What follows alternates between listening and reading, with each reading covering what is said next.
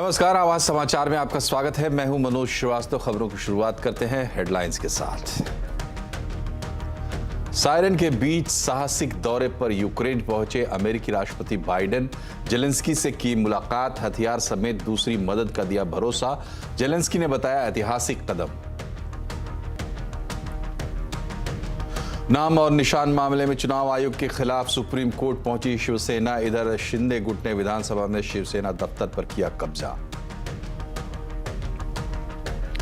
सियासी घमासान के बाद उपेंद्र कुशवाहा ने छोड़ा नीतीश का साथ, लगाया अनदेखी का आरोप। कहा आज से नई राजनीतिक पारी शुरू। पीएम मोदी और उनके पिता पर पवन खेड़ा का विवादित बयान। बीजेपी ने कहा पीएम के पिता का कांग्रेस कर रही है अपमान। कारोबारी हफ्ते के पहले दिन बाजार में बिकवाली का दबाव। सेंसेक्स फार्मा एनर्जी में बिकवाली। सेंसेक्स 311 और निफ्टी 100 अंक गिरकर बंद। आर्टिफिशियल इंटेलिजेंस से रुकेगी अनचाही कॉल। एआई वाला स्पैम फिल्टर लगाने की तैयारी में कंपनियां। एयरटेल और वोडाफोन आइडिया का ट्रायल अंतिम चरण में।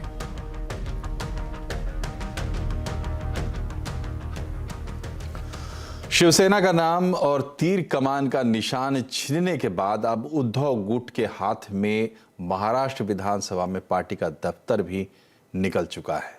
शिंदे गुट के विधायकों ने आज सुबह स्पीकर से मुलाकात करके विधानसभा में शिवसेना के दफ्तर को अपने कब्जे में ले लिया।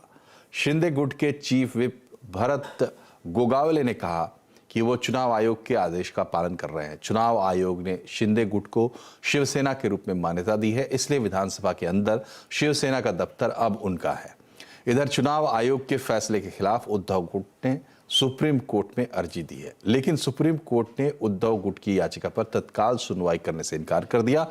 कोर्ट ने कहा कि इसकी एक प्रक्रिया होती है, इसके तहत कल फिर से याचिका दायर करें। इसके बाद उद्धव ठाकरे ने मुंबई के शिवसेना भवन में अपने विधायकों की बैठक बुलाई, जहां उनके समर्थकों ने शिंदे गुट और चुनाव आयोग के खिलाफ नारेबाजी की। उद्धव ठाकरे ने चुनाव आयोग के फैसले को गलत बताया और एकनाथ शिंदे पर भी निशाना साधा। चुनाव आयोग के भी चुनाव होने चाहिए। जैसे एक न्याय वृंद की हमने बात की, जिस तरीके से सुप्रीम कोर्ट के जज नियुक्त किए जाते हैं, उसी तरीके से कुछ एक यंत्रणा होनी चाहिए। मेरी मन की बात कुछ भी मैं करूं नहीं चलेगी, मेरी मर्जी नहीं चलेगी। हमारी अपेक्षा यही थी कि जो चिन्ह हमें दिया है, उनको जो चिन्ह दिया है, जब तक सुप्रीम कोर्ट में फैसला नहीं होता है तब तक चुनाव आयोग अपना निर्णय ना सुनाए। अपनी जो कहते हैं कि राजनीति में मां शिवसेना, उसकी हत्या करे, उसका दर्द जरूर है। हत्यारा कोई और नहीं, वो हमारे घर का ही निकला, वही हमें दर्द है और उसको उसी को सुपारी दी गई। माझ्या वडिलांचं नाव चोरण्यापेक्षा स्वतःच्या वडिलांचं नाव लावा, स्वतःचा चेहरा लावा आणि लोकांच्या समोर या। लोक काय विचारतात बघा। इधर उद्धव गुट के नेता संजय राउत ने एक सनसनीखेज बयान दिया है। उन्होंने कहा कि शिवसेना और उसका निशान छीना गया है और ऐसा करने के लिए 2000 करोड़ रुपए का लेन देन हुआ है। तरह से शिवसेना को तोड़ने के लिए हजारों करोड़ रुपया खर्चा किया गया। शिवसेना ये महाराष्ट्र का स्वाभिमान और अस्मिता है। बालासाहेब ठाकरे ने शिवसेना बनाई थी महाराष्ट्र के स्वाभिमान के लिए, यहाँ के जो भूमिपुत्र है उनके न्याय के लिए। वो शिवसेना तोड़कर, खरीदकर आप लोग जिस प्रकार से विकट हास्य कर रहे हो, तो उसका मतलब क्या होता है? महाराष्ट्र के दुश्मन कोई भी हो, एक जमाने में हमने दिल्ली के कांग्रेस नेताओं से भी यही लड़ाई की थी। आज कोई नया कांग्रेस वाला बन गया है उनका मुखौटा पहनकर, तो जरूर हम उनसे भी लड़ेंगे। महाराष्ट्र के डिप्टी सीएम देवेंद्र फडणवीस ने कहा है कि उन्होंने लोकसभा चुनाव के लिए शिंदे गुट के साथ फॉर्मूला तय कर लिया है। शिंदे गुट को सम्मानजनक सीटें दी जाएंगी। अतिशय स्पेसिफिकली एनडीए म्हटलंय त्यांनी, मोदींच्या पाळण्यात टाकताना एनडीए म्हटलंय।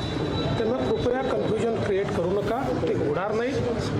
आम्ही आमचा सगळा फॉर्म्युला ठरलाय, तो योग्य वेळी आम्ही जाहीर करू। और इस मामले में क्या कई ऐसे प्रश्न हैं जो अभी भी जिनका जवाब सामने नहीं आया है। जो शिवसेना के दफ्तर है उनका क्या होगा। शिंदे गुट ने अब अपना कब्जा करना शुरू कर दिया है। इसमें शिवसेना भवन, शाखा की दफ्तर और तमाम चीजें। इन तमाम सवालों के जवाब बता रही हैं हमारी सहयोगी विनया देशपांडे। अगर हम देखें आज की सबसे बड़ी दो घटनाएं हैं। एक तो पहली बात शिवसेना एकनाथ शिंदे जो कैंप है उन्होंने दो ऑफिसेज पर आज अपना कब्जा जमा लिया। एक तो विधान भवन में जो शिवसेना का ऑफिस है और दूसरा जो शिवालय ऑफिस है। अब दोनों ही सरकारी ऑफिसेज हैं, सरकार ने दी हुई ऑफिसेज हैं। इसलिए शिंदे ग्रुप का ये कहना है कि इन पर हक जो इलेक्शन कमीशन ने निर्णय दिया है उसके बाद एकनाथ शिंदे गुट का ही बनता है। लेकिन सबसे बड़ा जो प्रश्न आज सुबह उपस्थित हुआ वो था मेरे पीछे जो है सेना भवन, उसके बारे में कि शिवसेना भवन अब किसे जाएगा। क्या शिवसेना भवन पे भी एकनाथ शिंदे गुट अपना कब्जा जमा लेगा? तो इसका उत्तर फिलहाल तो नहीं ये है, क्योंकि शिवसेना भवन जो है वो एक प्राइवेट ट्रस्ट के द्वारा चलाया जाता है। इस प्राइवेट ट्रस्ट पे उद्धव ठाकरे सहित कई सारे पुराने और कद्दावर शिवसेना के नेता हैं जिन्हें बाला साहब ठाकरे ने इस ट्रस्ट पे बिठाया था।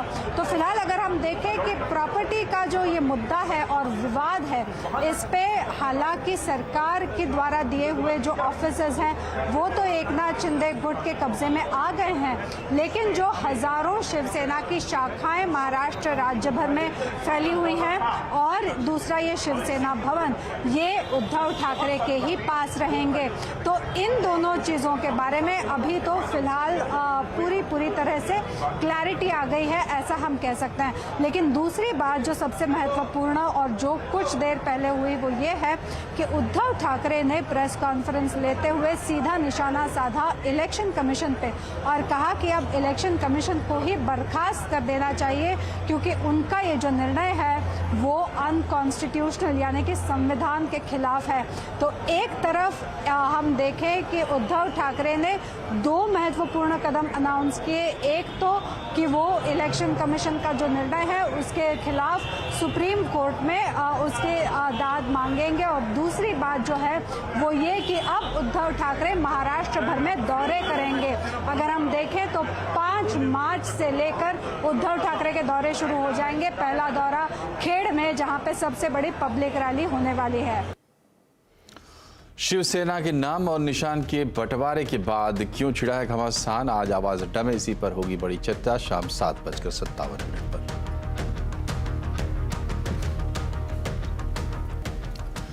इधर तुर्की में मदद के लिए गई एनडीआरएफ की टीम भारत वापस लौट गई है। एनडीआरएफ की टीम ऑपरेशन दोस्त के तहत भूकंप पीड़ितों के साथ राहत बचाव अभियान में जुटी थी। इस टीम में 151 जवान और डॉग स्क्वाड शामिल थे। इस ऑपरेशन के तहत एनडीआरएफ की टीम ने पीड़ितों की मदद की और मलबे में दबे लोगों को निकालने का काम किया। प्रधानमंत्री मोदी ने सभी राहत और बचाव टीम के सदस्यों से मुलाकात की। तुर्की हो या फिर सीरिया हो, पूरी टीम ने इन्हीं भारतीय संस्कारों का एक प्रकार से प्रकटीकरण किया है। हम पूरे विश्व को एक परिवार मानते हैं। ऐसे में परिवार के किसी भी सदस्य पर अगर कोई संकट आए तो भारत का धर्म है, भारत का कर्तव्य है उसकी मदद के लिए तेजी से आगे बढ़ना। देश कोई भी हो, अगर बात मानवता की है, मानवीय संवेदना की है, तो भारत मानव हित को ही सर्वोपरि रखता है। आज यूक्रेन से भी एक बड़ी खबर है। अमेरिका के राष्ट्रपति जो बाइडेन सरप्राइज विजिट पर अचानक यूक्रेन पहुंच गए। मीडिया रिपोर्ट्स के मुताबिक सायरन के बीच जो बाइडेन यूक्रेन के कीव पहुंचे। यह यात्रा काफी सीक्रेट रखी गई थी। वो ट्रेन से कीव पहुंचे। बाइडेन का स्वागत यूक्रेन के राष्ट्रपति जेलेंस्की ने किया। अमेरिका ने यूक्रेन को $500 मिलियन की नई मदद देने का ऐलान भी किया। इस मुलाकात के बाद अमेरिका की तरफ से कहा गया कि यूक्रेन को अमेरिका से समर्थन मिलता रहेगा। इसके अलावा रूस के खिलाफ और कड़ी पाबंदियों का ऐलान भी अमेरिका करेगा।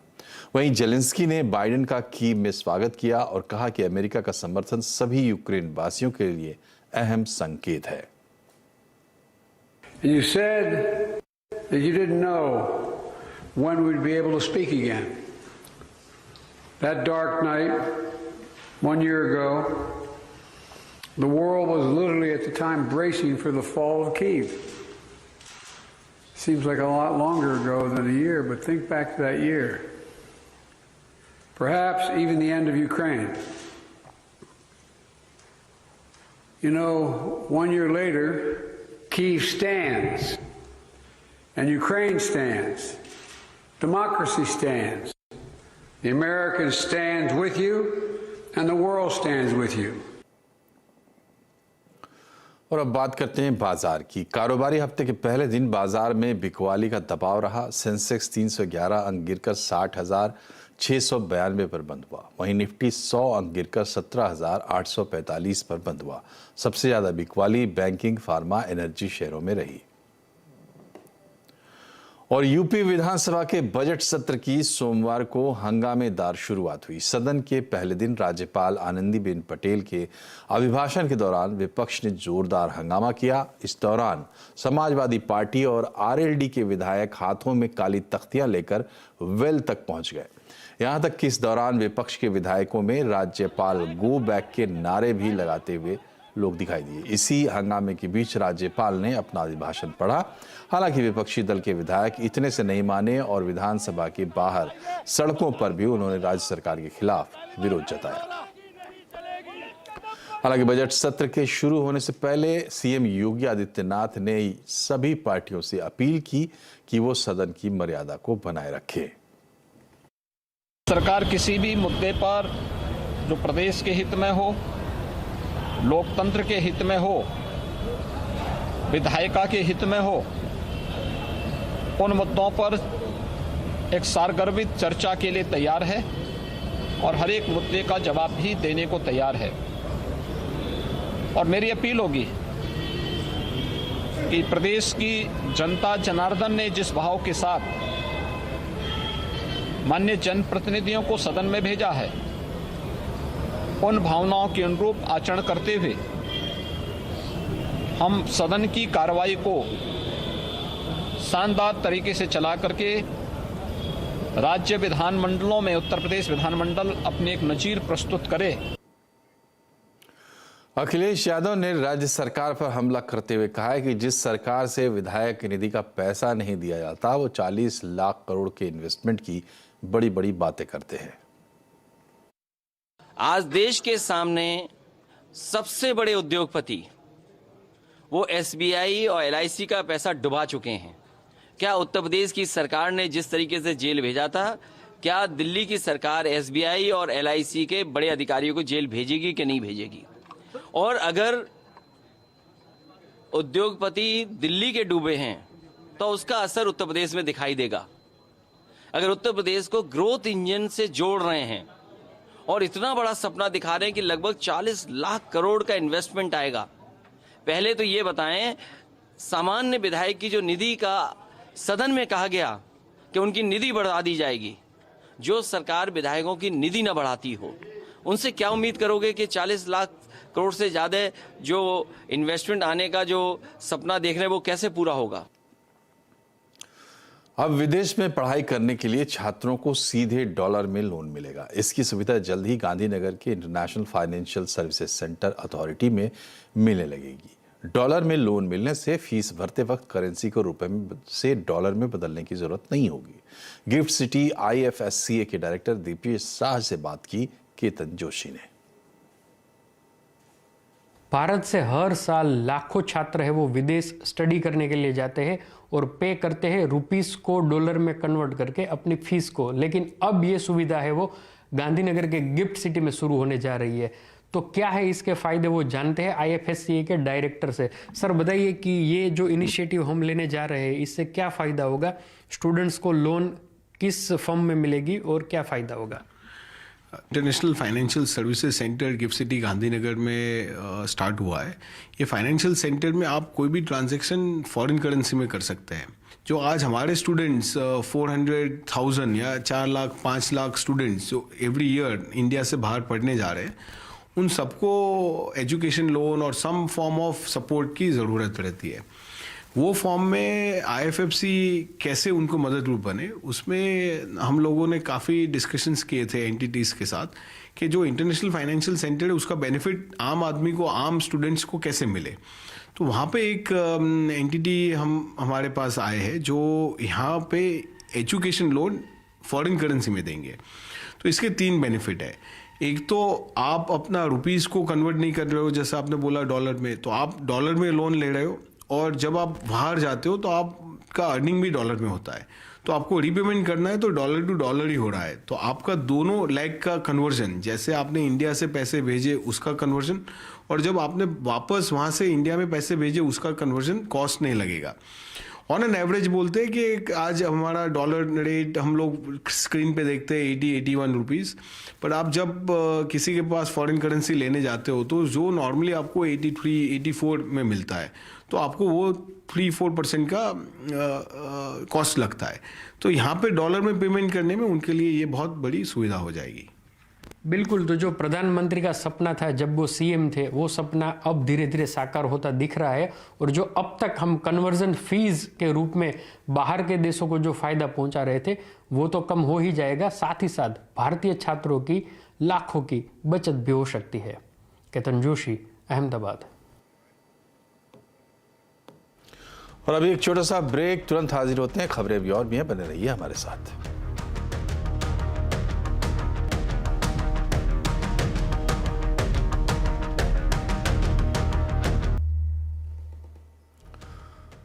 ब्रेक के बाद एक बार फिर से आपका स्वागत है आवाज समाचार में। कर्नाटक में एक 20 साल के लड़के ने आईफोन की डिलीवरी करने आए डिलीवरी बॉय की हत्या कर दी। दरअसल कर्नाटक के हासन जिले के हेमंत दत्ता ने फ्लिपकार्ट से आईफोन ऑर्डर किया था, जिसे डिलीवर करने 7 फरवरी को डिलीवरी एजेंट हेमंत नाइक आरोपी के घर पहुंचा। फोन देने पर दोनों में पैसे और फोन को खोलने को लेकर कहासुनी हो गई। इसके बाद दत्ता ने कथित तौर पर नाइक को उसके घर में चाकू से गोद दिया और डिलीवरी बॉय की मौके पर मौत हो गई। आरोपी ने शव को बोरे में रखकर 2 दिन बाद रेलवे ट्रैक पर रख दिया और शव में आग लगा दी। डिलीवरी एजेंट हेमंत नाइक के गायब होने की रिपोर्ट उसके भाई ने दर्ज कराई। इसके बाद पुलिस ने आरोपी को गिरफ्तार कर लिया और आगे की जांच जारी है।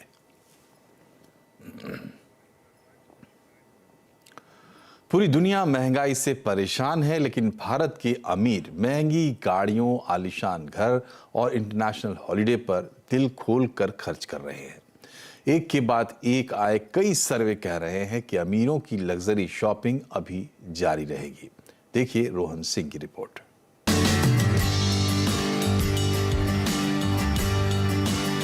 इकोनॉमी के कई सेक्टर अभी कोविड से पहले की स्थिति में नहीं लौट पाए हैं, लेकिन भारत के अमीर अब पहले से ज्यादा खर्च कर रहे हैं। इंडिया सोथपेज इंटरनेशनल रियलिटी के सर्वे के मुताबिक 2023-24 में करीब 61% HNIs और अल्ट्रा HNIs लग्जरी प्रॉपर्टी खरीदने की इच्छा रखते हैं। 65% अमीर लोगों की पसंद है 4 से 10 करोड़ रुपए की प्रॉपर्टी। वहीं 13% HNIs 25 करोड़ रुपए से ज्यादा खर्च करने को तैयार है। दिल्ली, NCR, मुंबई, गोवा और बंगलुरु रियल एस्टेट खरीदने के लिए टॉप शहर बने हुए हैं। एक और दिलचस्प आंकड़ा यह है कि करीब 11% अमीर भारतीय विदेशों में रियल एस्टेट की तलाश कर रहे हैं। आने वाले समय में भी ये आउटलुक बरकरार रहने की उम्मीद है। खासकर कोविड के बाद डिमांड हैज बिकम रोबस्ट, और जो सक्सेसफुल बिजनेसमैन हैं, स्टार्टअप फाउंडर्स हैं, प्रोफेशनल्स हैं, लॉयर्स, डॉक्टर्स, उन लोगों की हमने काफ़ी अच्छी डिमांड पीछे नोटिस की है आफ्टर कोविड। एंड चाहे वो सिटी प्रॉपर्टीज़ हों, दिल्ली, बॉम्बे, बेंगलोर, कलकत्ता, गुड़गांव, और चाहे वो प्रॉपर्टीज़ हों holiday homes, Goa, Lonavala, Rishikesh, Shimla, we have seen very good demand. Luxury homes के साथ लग्जरी गाड़ियों की बिक्री भी बढ़ी है। 2022 में 2021 के मुकाबले 50% ज्यादा 38,000 लग्जरी कारें बिकी हैं। 2022 में मर्सिडीज ने 15,000 से ज्यादा गाड़ियां बेची हैं और इस वक्त कंपनी के पास 6,000 गाड़ियों के ऑर्डर पेंडिंग है और वेटिंग 9 से 12 महीनों की है। लैम्बोर्गिनी इस साल 100 कारें बेचने का लक्ष्य लेकर चल रही है और उसके पास पहले से इतनी बुकिंग है। पिछले साल पोर्शे ने भारत में 780 गाड़ियों की बिक्री के साथ 64% की ग्रोथ दर्ज की है। लग्जरी कार्स हैं, इनकी ग्रोथ केवल इंडिया सेंट्रिक फिनोमिना नहीं है, पूरे वर्ल्ड में अगर आप देखें, आप कोई भी लग्जरी कार मेकर ले लें, लैम्बोर्गिनी, फेरारी, बुगाटी, मर्सिडीज, इनके बेस्ट एवर ईयर हुए हैं पिछले साल। तो it is a global phenomena. लोगों की इनकम रुकी हुई थी, लोग कोविड से बाहर आए हैं, उनके बाद ये पेंट अप डिमांड आई है जिसको उन्होंने सर्विस किया है। यही नहीं, अमीर भारतीय घूमने फिरने पर भी खर्च कर रहे हैं। आरबीआई के मुताबिक चालू वित्त वर्ष के पहले 9 महीनों में विदेश यात्रा पर भारतीयों ने करीब 10 अरब डॉलर खर्च किए हैं। रोहन सिंह, दिल्ली। लगातार अपडेट रहने के लिए जुड़े रहिए CNBC आवाज के साथ, ट्विटर, फेसबुक और यूट्यूब के जरिए। नमस्कार।